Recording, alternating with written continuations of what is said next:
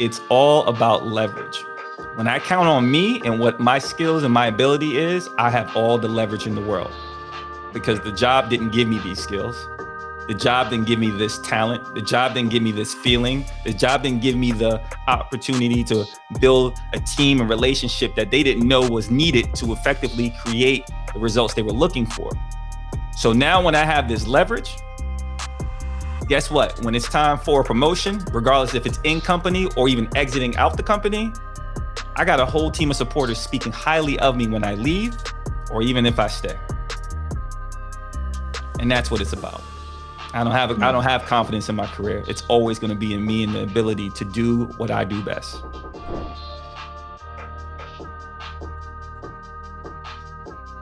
I'm always excited to speak to y'all just because I love being in this space and doing type of things I do and having the conversations I have. But I'm also excited because I'm starting to feel a bit more confident, right? And that's the whole thing about today's episode is uncertainty in your career. And I've been learning so much about myself just these past few weeks. And it's helped me to feel a bit more confident about the topics and conversations I want to have. I feel ready to take even more bolder steps. Like I thought I was stepping bold before, but I'm like, you know what? I want to go a little harder. So this is one of those conversations where we kind of do dig a little bit deeper, right? And some of the things I've been learning lately just have to do with mental health. And I'm starting to realize just how much everything connects with everything. And oftentimes we think about things like mental health and we think like automatic, like we have a lot of negative thoughts. I won't even say some of the things because it's unnecessary and it's part of the stigma. But one thing I've been learning a lot about is anxiety.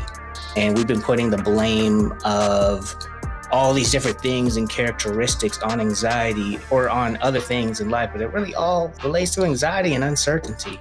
Also, Savanza, what's up, man? I'm glad to see you in this here. Appreciate you joining us today. I can't wait to speak to you and catch up with you. Got a lot to share. But thanks for tuning in. As we continue going, if you catch this live, catch the replay, go ahead and comment in the chat. This is not just a conversation between me and my guest, but also a conversation with y'all as well. That's why I do it live.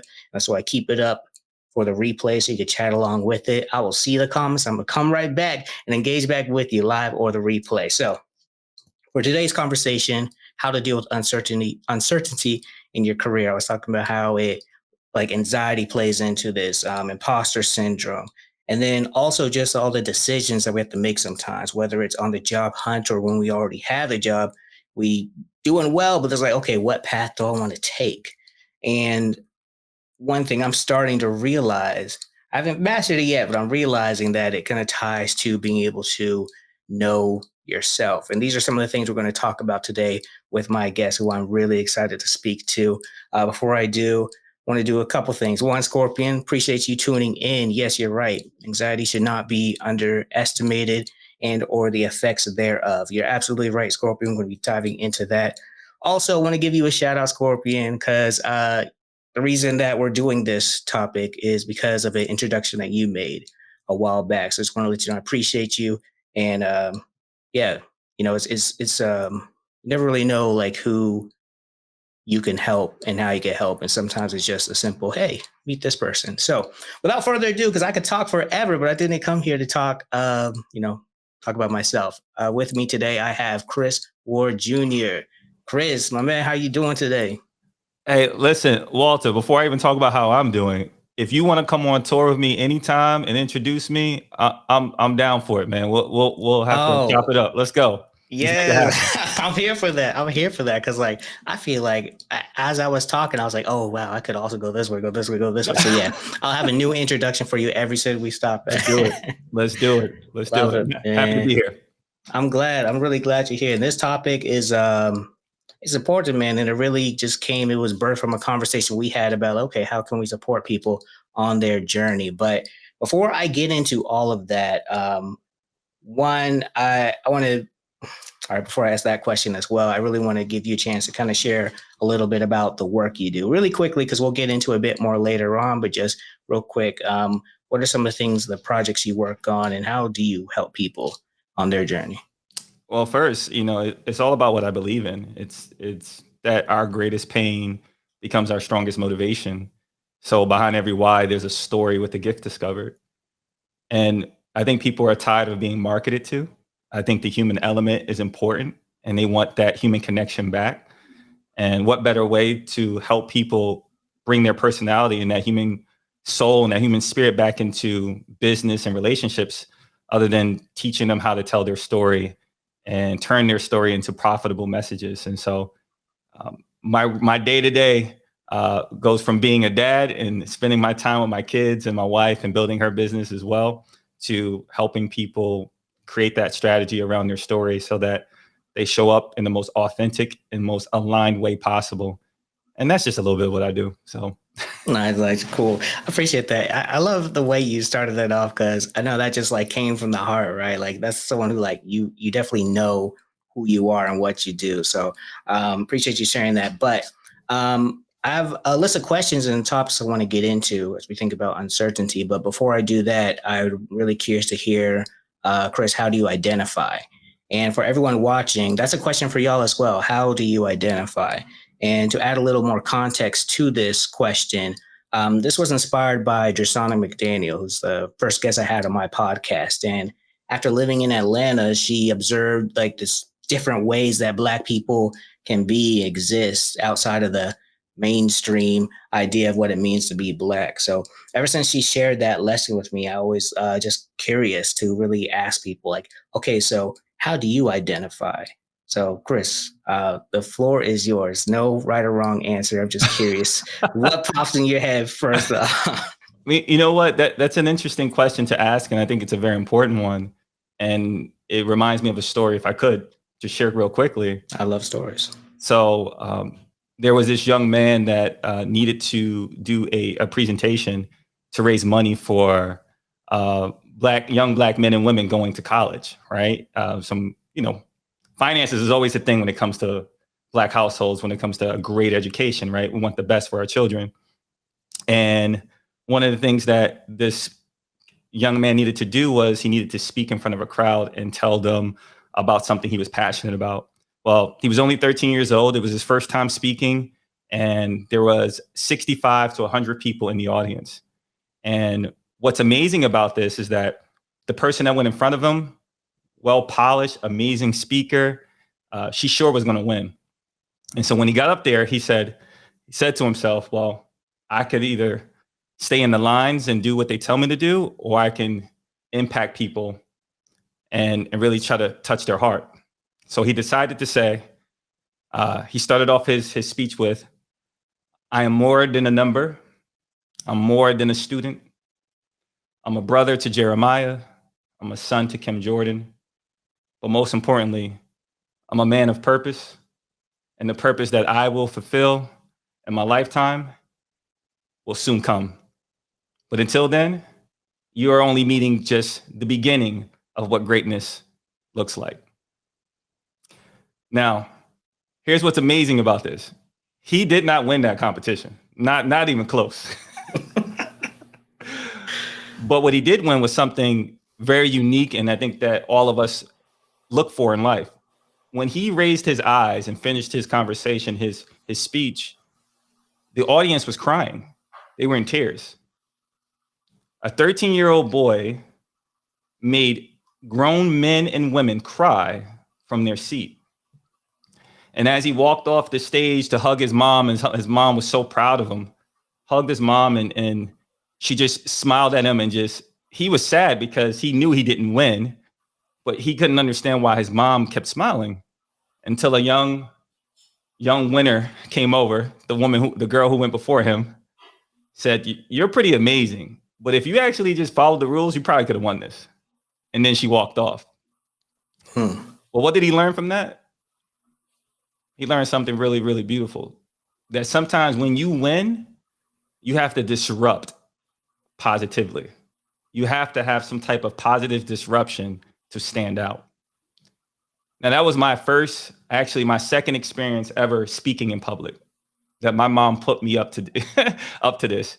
At the age of 13 years old, she thought it would be the most beneficial thing for me at that time to speak in front of a crowd about something I was passionate about. And still today, there's a message that stays in my head that she put there. That the greatest investment that you can make in yourself, the greatest investment that you can make is in yourself. So if you ask who I am, I'm a work in progress. I'm not perfect. I try to reverse curses that have been put on my family every day, stereotypes that have been put out there about who my people are and who we are not. And I ask myself every day, hey, if you can connect with you and build a special rapport with yourself, you can be intentional with everything that you do. So I may not have given you the answer you were looking for, but I wanted to answer it in that way because that's just who I am. Nah, I appreciate the way you answered it. And wow, okay, you know what? That was amazing. That was amazing. First off, Jasana, hey, I see you in the comments. Appreciate you joining in. LinkedIn. It says LinkedIn user. I see that, Steve, man. Steve, yo, thank you for tuning in. And yeah, I love that story too. What? Oh my God, what a clip. I did Okay, not now. see that was going to be you at the end. Like, what? That was a story about your, oh, that was a beautiful story. So, man, hmm, Oh, wow. you I'm threw honored me by off. Jana. Jana's a special person to me. So I appreciate you being here, Jana. Yeah, that I think everyone got hit with that too. No one was expecting that turnaround. And y'all, I didn't like this just came like I mentioned to Chris, like I might ask this question. Only gave like a brief synopsis of what it was because I like when people don't when it comes to identity, I don't want to give people parameters, right? Just open floor. So I didn't really break down. So this really just came. So I really appreciate you sharing that story, man. So that moment for you, that was a really defining moment, and shout out to your mom for that as well. But how did you feel afterwards? Like now looking back, I see that you could identify that as a big moment in your life. But like right after that moment of going up on stage, like how did you feel afterwards when that person came up to you and was like, yeah, if you followed the rules, you could have won. Like, what was the thoughts back then? It was cool because it showed me that I made my own path and there was still success. And I defined what success was to me. And I realized that I may never have that platform again. And I was 13 years old. So, you think whatever you get is probably the last time, or it may not get another time to do this again. So go all out. And I just remember just so many people coming up to me, shaking my hand, but I didn't win the competition. And that's how I knew I actually won. Um, Mm-hmm. but the big part about it was that was my first, not my first, but that was my first public experience where things were uncertain on how it was going to turn out. And I still had to show up in the best way possible. Mm. At 13 years old, a brand new experience, I can imagine like not having the confidence to just go up and doing that. And when I just think about just uncertainty in your path, your career, your entrepreneurial journey, I just think like that's a moment right there where maybe you didn't have that confidence, but you still went up and did it. So, what do you think kind of helps to push yourself to go after things that you may not feel confident about? I just think it was the way that my family was raised, honestly. I know that sounds like cliche, but my family are just everyone in my family they're go-getters, Mm-hmm. right? Most of them have been counted out, outcasted. Most of them come from very, very humble beginnings, and I'll just say it that way. And they had to fight for everything that they've earned. And so one thing I always said that I would do is to honor that, right? Because nowadays people are losing their identity because they feel like they're not good enough or they feel like they're not worth it. And so instead of finding more about who they are through the values and the things that they've experienced, their story, they're looking elsewhere and imitating or faking it until they make it. And I don't want to fake it until I make it because if I fake it too much, I may lose who I really am, or I may lose who the seeds that were planted inside of those conversations with my mom or conversations with my uncle or my sister. And I believe that's the most important part is uh, never losing never losing the stories that you've experienced. And when you do that, you might be imitated, but you can't be. You'll never be duplicated. They'll try to imitate Mm-hmm. you all they want, but And we see that now as a black man or a black woman or however you identify.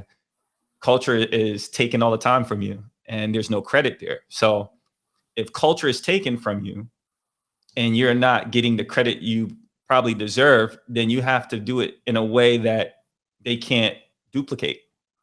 And it starts with Hmm. your story. It starts with understanding that things will always be uncertain. There'll always be a space that you go into when you're growing, and it's going to be uncertain on how it turns out. But the one thing that you can own is your story and how you show up. And the way that you show up consistently will speak volumes for you when you're not around. Let me introduce you to what might become your new best friend. All right, it's an app called Notion. I started using it because I felt like I was juggling way too much, right? From personal projects, work, podcasting, budgeting. It was just like way too much. But Notion has become a game changer for me. All right, it's an all-in-one workplace that allows me to plan, write, organize, and collaborate with ease. Essentially, I like to say it takes the chaos in my mind and puts it in one place where I can streamline my whole entire workflow. So if you want to check it out, check the comments, the description. There's a link where you could go ahead and set up your free trial and check it out today. All right, now back to the show. So I want to get back to storytelling in a second, but just want to ask you a question. I want to ask the same question to everyone watching as well, live or catching the replay. Go ahead and drop your answers in the chat. But what does having confidence in your career look like to you or feel like to you? Ooh, I like this question. Okay, I see why you do what you do, Walter. I see. I like this one, man. This is really cool. So I would say this. I don't actually have confidence in my career. For me to have confidence in my career, that would be giving my power and my focus and putting it in someone else's hands. Because careers change all the time. Sometimes, just 10 years ago, we didn't have a career in the type of tech that we have now, right? With AI and software, right? So all those people who were putting their confidence in a specific career and it's now dying out, their confidence goes with it as well. So for me, it's never been putting my confidence in my career. It's always been my confidence in who I am. And the more that we figure out who we are and we enjoy it and we embrace it, right? It doesn't matter if at this point, it doesn't matter if you think I should be a certain way. What matters the most is the joy I find when I'm going through the lows and highs of life, a purpose-driven life, a purpose life that allows you to do things that people just can't understand. Like, Walter, let me ask you a question. What? Okay. All right. We could do that. Yeah, let me ask you a question. So, have you ever been given a project without the details? Yes. And when you were given that project without the details, did you still have to execute and bring results to the table? Yes, without excuses. How did that make you feel? Beforehand or kind of after delivering it? Before and then after. Before, I probably felt some anxiety, definitely uncertainty. Felt like didn't have the support that I needed. Isn't that crazy? That's like the normal career, right? The normal livelihood of a job. People give you projects to do without the details of how to actually do it effectively, and they want results. Mm-hmm. Now, how did you feel when you completed it, even when you didn't have the details or the support you needed? Probably like Denzel in Training Day, King Kong, he got nothing on me. And also, y'all, come on now. I told you I needed some support. So I guess a little bit of everything. It's all about leverage. It's all about leverage.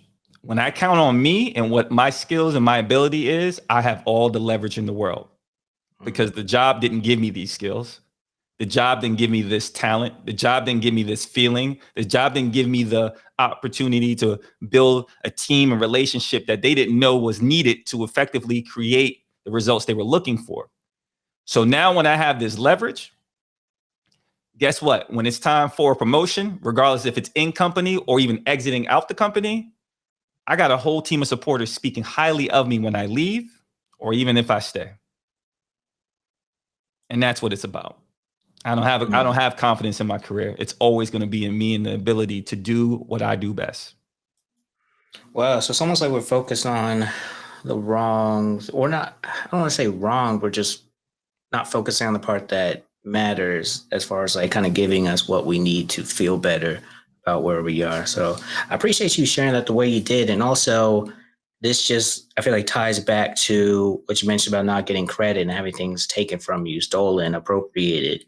And I just think about, honestly, I think of that Jay-Z quote, is it, or line is, saying they made Hove, so okay, so make another Hove, something like that. Sorry, Hove, I tried my best, but yeah, Hey, listen, you better be careful. We got some people who grew up with Hove in the chat right now, so you better be careful, man. The message may get out right, there. right, y'all. Let me know. Did I get that right? Yeah, but it just kind of makes me think like when you really do know yourself, when you're, and also, oh yeah, so that, and also tying to confidence in your career gives your power over to a company, and that is so just another mind blown, another gem drop. But I think it's very easy to get stuck in your career, and also I've noticed when you're in a toxic work environment. Mm. Not only is it toxic, so it's not great to be in, but sometimes you just feel like you need to please, or please the person who's not creating that healthy place for you. And that, once again, I guess gives that power over to your boss, the company, et cetera, and just allows you to stay there even longer, let them continue to take from you. And I've never really thought about it that way. Confidence, your career can also give power over to others. Do you know when you kind of started developing that mindset? Uh, Listen, I know it sounds crazy, but that 13-year-old, that's when it started. When you're raised by a single mom, um, and she never identified as a single mom. She identified as a trendsetter, as a pioneer. She was in tech in the 90s. This is my heart. She knew that for us to be able to destroy the stereotype or the statistic that we did not want to become, that we had to think in the future while still being excellent in the present. All right. Think in the future, but be excellent in the present. And she was self-educated. She got into tech early in the 90s. And because of that inspiration, she always told me, when I walk in the room, be the light. Be the light. And when you're the light, some people are going to love the light and they're going to be attracted to it and they're going to want to be around it and they're going to some want to use it, some want to be a part of it, and the others going to hate the light. But it's okay. As long as you know where they stand, you can maneuver the right way. And that's always been my focus, that when I go to a place, whether I'm going to be there for a year, 3 years, whatever it may be, it has to be that way. Because if I don't own it, I'm going to do exactly what you just talked about right there. I'm going to want to do the job and complete the job well, but I'm going to burn myself out. And when you're burned out, what happens to you when you can't give those results anymore? What happens? You can't do any results, not even optimal, can't be excellent in the present, definitely can't think about the future. Yeah, that's I love that. So how do you, well, first off, yeah, shout out to your mom. Jasana's right. She laid the foundation for possibility, being a possibility, imagining. Yeah, your mom did the job well. So just because I want to make sure everyone has like strong takeaways as well. So like, how do you think? I understand the excellent in the present, like be in the present, do give all that you could give, but the think in the future part. Can you share a few tips on how you continue to think in the future? So there's two words that you can always ask yourself for a temperature check. The first word is imagine. Imagine what it would be like if I left today. What would I do? If money, education, and status didn't matter, imagine what life would look like. Am I willing to pursue it? And if I am willing to pursue it, What do I need to do to prepare myself to go get it done? That's one thing. Number two is what if? That's such a powerful word for me because what if I can't complete what they want me to complete? Then what's next? Then what's next? What if my time has expired at this job or this workplace? What's next? What if I decided that today would be a different day than the usual that I do at my job? Now, you might be asking, okay, those are just questions that make you kind of get out ideas. Well, you got to remember, ideas are bulletproof, right? And they need to be tested. So unless you have an imagination and unless you have the what ifs out there, you'll never test those ideas. And if you don't test those ideas, you'll never write them down. And if you never write them down, you'll never create the vision. And without the vision, you'll never know who you are, right? Because if you don't have a vision, you kind of don't know who you are. And then once you know who you are, that is what creates the mission. And then when the mission's created, then we create the goals around it. What most people are taught is goals first and then come down and then break it down. Goals are temporary. You can reach one goal and it takes you in a path that you didn't want to go in the first place. Right? So if I'm creating the vision based on the imagination of what if could happen, and it's getting me excited, I'm writing down these ideas and figuring out more about myself, I now am building the confidence to create a plan for my life and how I'm going to serve the people that I need to serve. Because I'm a firm believer that everyone has a gift, and that gift is someone else's need. Everyone has a gift, and that gift is someone else's need. But if you waste your time at a job playing their game or playing this imagination thing that this is how you're going to be successful based on what their expectations are, then you'll never fulfill that gift, right? You'll never feel the need of the people that need you the most. They need your gift. Like right now, Walter, what you're doing right now, someone needed this. And if you said, you know what, I'm not good enough to do this right now, you're not serving them. And if you're not serving them, then the piece of the puzzle, they'll keep looking for it. When Walter was there the entire time, his gift was the piece to the puzzle. So the first thing you have to do is ask yourself, imagine and what if, create the vision based on those ideas, figure out more of who you are and if it's aligned with where you are. Figure out who you are to see if it's aligned with where you are. Then create the mission and the goals support everything else. That's how you look into the future. I like that. Ooh, y'all, I hope y'all are writing this down. You know, man, Zephyr, you were right. So many gems today. And you also like immediately inspired some thought and reactions as well.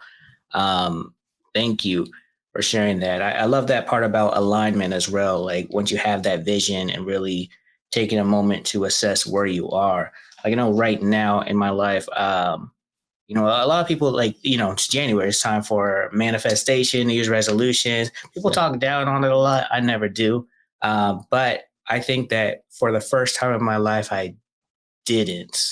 Maybe not first time, but I didn't. And the reason is because I felt aligned and I didn't feel like I needed to write anything else down. I do feel like I'm still, I agree with you, Steve, still figuring out who you are first. I do feel like I'm still discovering who I am, but I do know that the feeling of alignment is here and it kind of creates this inner peace as well. So I like that you specifically mentioned that part because I think that right there tells you if you are in the wrong place or if you do need to maybe leave just that position you're in, find another manager, find another job, go ahead and branch off altogether and explore entrepreneurship, which I would recommend having some money saved up before you do so because life comes at you hard sometimes. But it's like you could make that decision and you could say with confidence, like, yo, I'm not aligned with where I need to be. My gift needs to go up and help someone. I love that you said that as well. That's powerful, man. That's powerful. So now I'm kind of curious because, you know, 13 years old, you were bringing tears to people's eyes.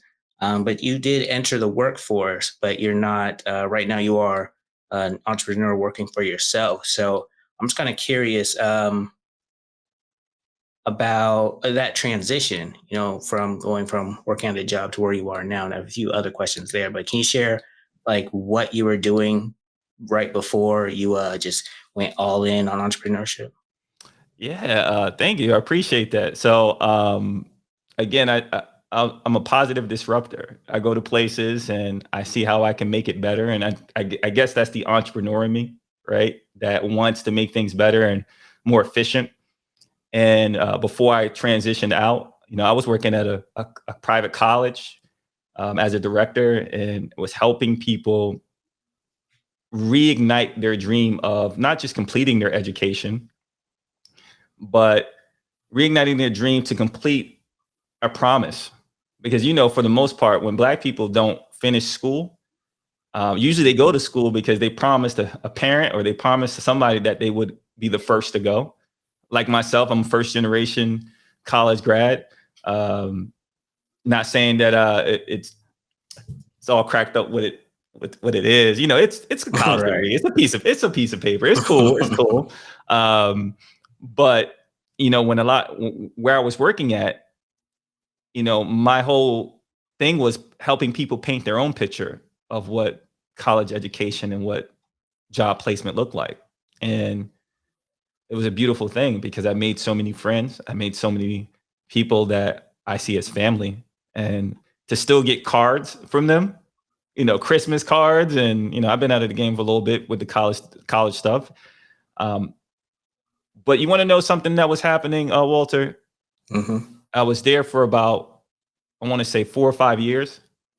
And on the outside looking in, it looks great. I'm moving up the ladder, from a recruiter all the way up to a director. That looks pretty good, right? And I started to see that my goals were not aligned. My vision was not aligned with where they wanted to go. It wasn't. But I'm a very loyal person, right? I don't like keeping people, I don't like leaving people in places of vulnerability, right? Especially if they gave me an opportunity. And I would say this: if you're watching this right now, you're in college or you're in your first gig, being part of a sales job is probably the best job you can have because you learn to deal with rejection, you learn to think critically, you learn how to maneuver and adapt, and that's what you'll need. And if you're going to stay in the work environment, because those waters are deep, and you need to know the terminology and the lingo when you're in there. You don't want to go in there blind. But those 5 years were some of the most powerful years of my life because I learned a lot about myself while still being able to make an income, which is important, right? But as things started to shift, you know, my supervisor and I just didn't, we're not on the same page. What my vision was for building what I thought was important for the establishment wasn't their vision. And it came to a point where a guy who's doing really well at the job is now going on his way out. So, funny story. Can I tell this story real quick? We got time? Yeah. All Oh, right, yeah. cool. Funny story. So, I'm doing that vision, thinking in the future thing that I just talked about to everyone here, right? I was just speaking on. And I'm writing down my vision, looking at it, came up with some words, some ideas. And then something inside of me said, you got to pack your box. It's not going to be real unless you pack it up. And I looked at him, I said, come on, no, it's not. Get out of here. No, you got to pack your box. In my head, that's the thought I got. So that very night, as I was leaving the office, I went back to the office and I literally packed my box like I was leaving. Everything packed. I ended up going on vacation for my birthday, and then I came back, and then everybody knows what this is. If you haven't seen this, I'm sorry. It's gonna happen one day, but you walk in and your supervisor, they're together. They're together, and I know that's never good, bro. They don't ever mess with me, right? They always let me do what I do. But when I saw both of them together, I said, okay, all right, I know what this is. They sat me down. They said, hey, this is not going to work anymore. We appreciate the years that you put in. We're just going in a different direction. And instead of them seeing me be sad, I'm not sad. I'm smiling. I couldn't even hide it. I was just smiling, and they looked at me like something was crazy, right? I said, thank you. I appreciate it. And when they walked me to my office, they said, well, we'll give you about 20, 10 minutes or 5 minutes, the time they give you to pick up your stuff and go. And when I said, I don't need the time, my box is already packed. And they looked at me like, what? Did you know? Did somebody tell you? No, they didn't tell me. I just knew. I knew my expiration date was already there. It was already done. But let me tell you about the feeling that I got when I left the building. I want everybody, if you're listening to this right now, you're watching this right now, I want you to close your eyes. Close your eyes. And I want you to think about the heaviest burden that you ever had on your shoulders. So heavy that you wish somebody would help you carry it. And then I want you to imagine that burden coming off your shoulders, and the light, like you feel like a feather now. You feel so light that you can move again. You can be agile again. You can move. You can be flexible. You can stretch your limbs out, right? Now open your eyes. That is the feeling that I felt when I left that building. And you know what I did after that? Went to go see my family, and we celebrated me getting fired that day. Man. Bubble tea all day. That's what we did. Celebrated. Bubble tea and good food. And so I say that story to tell you that you know when you know. You know when you know. If you're paying attention to you, if you're paying attention to the signs that's speaking, that purpose that's speaking inside of you, you know when you know. And you have a choice. You can embrace it or you can avoid it. But whatever you do, it's your decision. And I'm thankful for it. Man, yo, I want to cut it off right here. We're done, y'all. We're done. Never do it alive again. This is all you need. Oh, wow. No, I love that. I love that. And I think, other people have felt that as well. I think we all, if we're being honest with ourselves, we do know. And I think in my case, it's terrified me as well. Just knowing when it's time, because it's like, oh, like time, like right now, this moment, okay, but can I? No, oh, okay, interesting. So then it's like the question is, so what do you do about it? Wow, that man, yeah, I love that exercise too. I think for me, I'll say the burden. I just remember with my podcast journey, just when I came to the realization that I was doing a lot to meet the expectations that I thought others had of me, but this whole time I was setting these expectations on myself. And that itself freed me, and I'm no longer just stressed about not releasing consistently. It doesn't do us well for sponsorship, but that's like, you just change the conversation on how that works as well. Actually, now I think about it, so it works all across the board at all times, man. Yeah, yeah, and I also love that piece about loyalty as well, because I think those three together, not really knowing when it's time, loyalty, and also maybe this burden that we place on each other really keeps us in different places. Let me introduce you to what might become your new best friend. All right, it's an app called Notion. I started using it because I felt like I was juggling way too much, right? From personal projects, work, podcasting, budgeting. It was just like way too much. But Notion has become a game changer for me. All right, it's an all-in-one workplace that allows me to plan, write, organize, and collaborate with ease. Essentially, I like to say it takes the chaos in my mind and puts it in one place where I can streamline my whole entire workflow. So if you want to check it out, check the comments, the description. There's a link where you could go ahead and set up your free trial and check it out today. All right, now back to the show. So I know we've been going for a minute, but there's a few things I wanted to ask you, right? Because when we were talking about this topic, this isn't just like him being on live when he's dropping gems. This is every day. I don't even know if he knows how to turn it off, right? So we were talking, and he mentioned something about using uncertainty to influence your workplace. Right. So Mm. we've talked a lot about how like knowing the feeling when to leave, when to find a positive work environment, and feeling sure of yourself or discipline. But I'm just curious, like you just mentioned, like, yeah, you can use uncertainty to influence your workplace. So when you think about that, what does that mean to you? Like I'm still trying to figure out what that means so I can start influencing some stuff. Oh yeah, listen, it's a great question, by the way, that you asked earlier off camera when we were talking. That was great. And if you want to make it practical, right? How to use uncertainty to your advantage, right? To be intentional. First thing you have to understand is the environment. What is the actual environment that you and your coworkers are in? Is it an environment that encourages? Is it an environment that allows you to be entrepreneurial, right? Is it an environment that is very, uh, those type of environments where you know what I'm talking about? When you figure out the environment, then you got to figure out how the people maneuver in that environment, and then see how they need to win in that environment.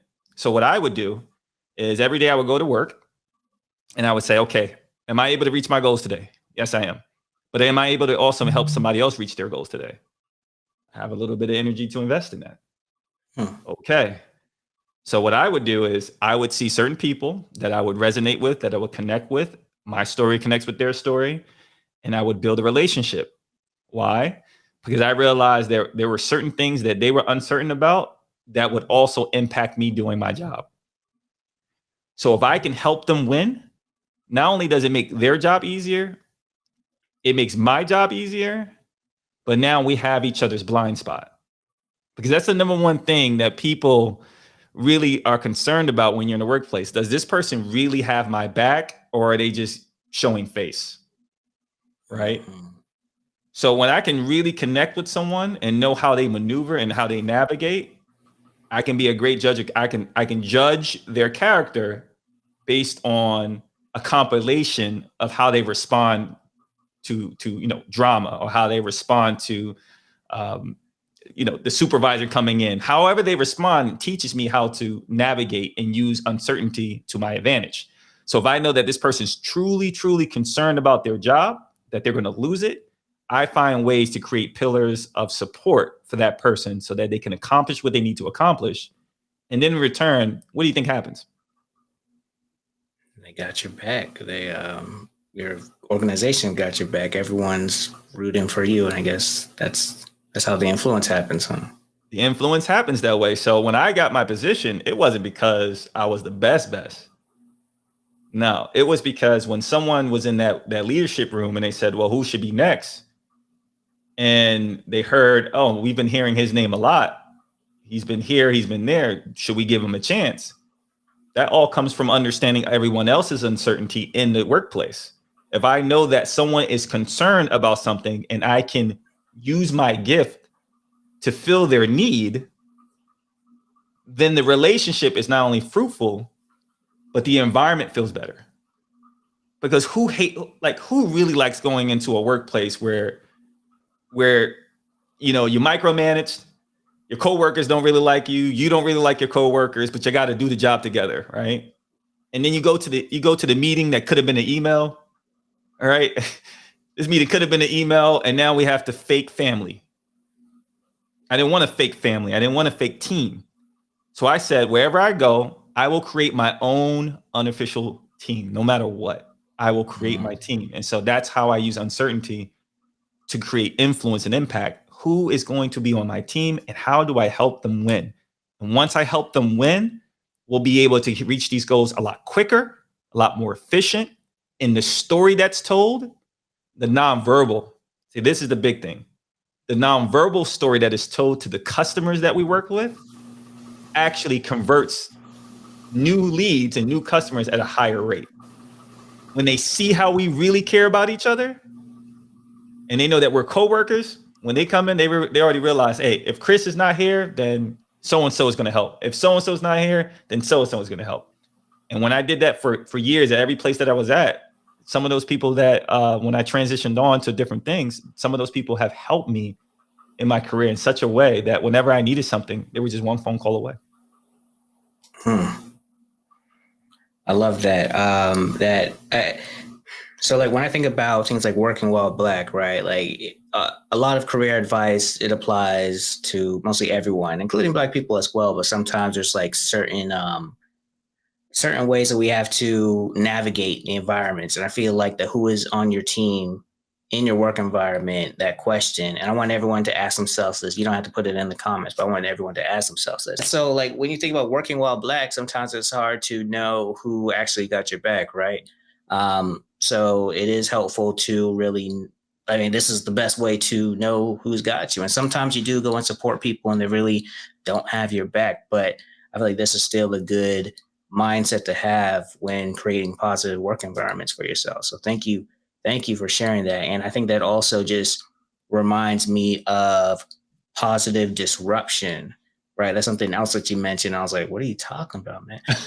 But yeah, positive disruption. It just sounds like that's right along the same lines with that. And so just to kind of challenge you, because you just dropping gems like it's nothing. So what's another way that you can create positive disruption?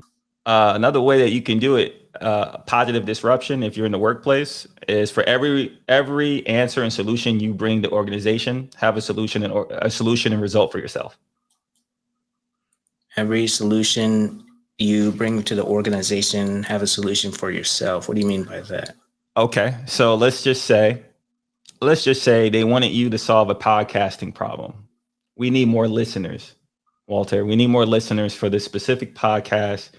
You do all the research, you get it done, you find a solution.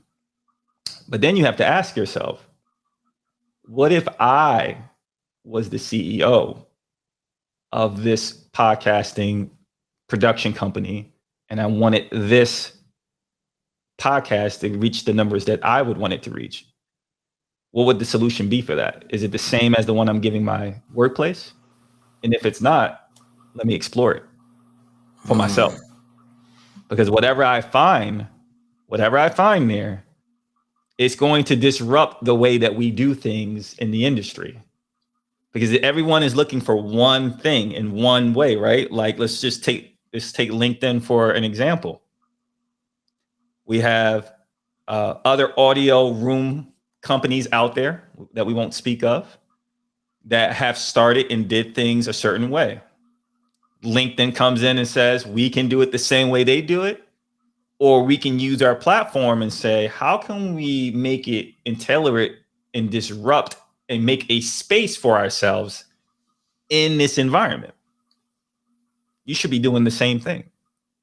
You should be doing the same thing. Every time you come up with a solution or an outcome or a result for your company, say, what if? What if I was the boss? What would I be looking for? How would I make my way if I was a newcomer in this space? And that's how you get your Ubers. That's how you get your Lyfts. Because they looked at the taxi industry and say, well, what if I did it this way? Is that how I'm going to get in there? Is that how I'm going to have that disruption? It was a positive disruption, right? Because now we have people who actually made not a career, but they made pretty good money doing Uber and Lyft and sustain some stability for their family. But if that person never thought what if and just did the status quo, we wouldn't have those companies right now. So what's it going to look like for Black people when they say, hey, what would it look like to have a TikTok for Black creators that actually respect Black creators? What would it look like, for a platform where Black creators are not getting their culture taken away and they're getting the credit for it? What does that look like? What would it look like? And that is the positive disruption that I'm talking about. It's not taken away from anybody. It's not blaming anybody else. It's just being a positive person towards finding the solutions that work for the community that you serve. And that's the approach to positive disruption. I love that, y'all. All right, so if there's one take, I don't even say this is the takeaway, but this is a really good takeaway. Like, how can you possibly disrupt your work environment? Whether even if you're an entrepreneur already, you're already working for yourself. How can you disrupt it? What if you're the CEO of your own company? You could paint it in the way that makes sense to you. But I'm really curious to hear whether you already know right now. Go ahead and drop it in the comments, or just later on in life. I definitely want to hear about it. Matter of fact, one thing I started doing on LinkedIn because they decided to possibly disrupt for themselves is take advantage of the audio events that they created. Chris joined me in one this morning and looking to do it every Tuesdays and possibly Thursdays. Still testing out the schedule, but I think that might be a theme for one of the rooms if you'd like to come back. I'm gonna wait until it's a day that you definitely can join because this is so powerful. I can repeat it, but I can't say it. I can't say it like you said it. So definitely have to have you come back. And Steve Worthy, you said it, man. He said Chris is so dialed into the human condition and how we can improve. Chris, one thing I definitely want you to walk away with, like if you ever do feel any sense of uncertainty or not feeling as confident today, I want you to come back to this live because this is filled with love and everyone just really appreciating everything you had to say. So I really appreciate your time. I appreciate you giving your all to this and just appreciate the way you move in general. So I want to give you the chance to plug away, but more so just share how people could get more Chris Ward Jr. Of course, y'all could go to Instagram and TikTok. He drops some videos, man. I was just watching one today. I was like, yo, I had to replay it like 5 times. But just how can people get more of you and just grow from your whatever you have going on? So before I share that, I want to first thank you, Walter, for even allowing me on your platform to make a way for Black voices. You should be applauded, and we are honored to be support you. Thankful for you. I want to thank everybody that's actually watching this live right now, and those who are going to watch this on the replay as well. I appreciate you watching and connecting and engaging. I also want to say to my sister Jana, thank you so much. I love you. I appreciate you. A lot of who I am today is because of you as well. And to my wife and my kids, when you see this, I want you to know, if Daddy yelled at you before I got on, it's okay, man. I was getting ready. I was getting in the groove, man. I was getting in the groove. But you can find me on LinkedIn at Christopher Ward Jr. I'm connected to Walter and Scorpion people, Jana people are here. You can find me on Instagram at Chris Ward Jr. and TikTok, Chris Ward Jr. But most importantly, I'm a real person. I love real conversations. So if there is a question that you do have, I will answer it. You DM me, I'll answer it. If you want to connect, I'll answer it. A lot of people say this and then they leave it off to somebody else doing all the work for them. I answer all my DMs. I answer all my comments because the human element is important. And I never want that to go away. So again, thank you so much.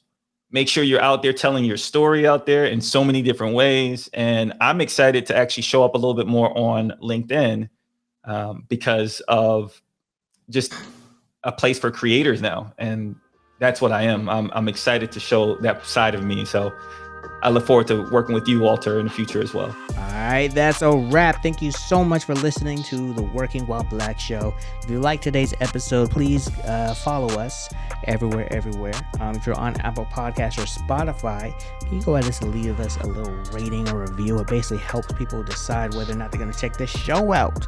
All right, because we're bringing more heat every single week to your feed. So make sure you're following us everywhere in these digital streets. My name is Walter Gaynor II. You're listening to the Working While Black show. I'll catch you next week. Peace.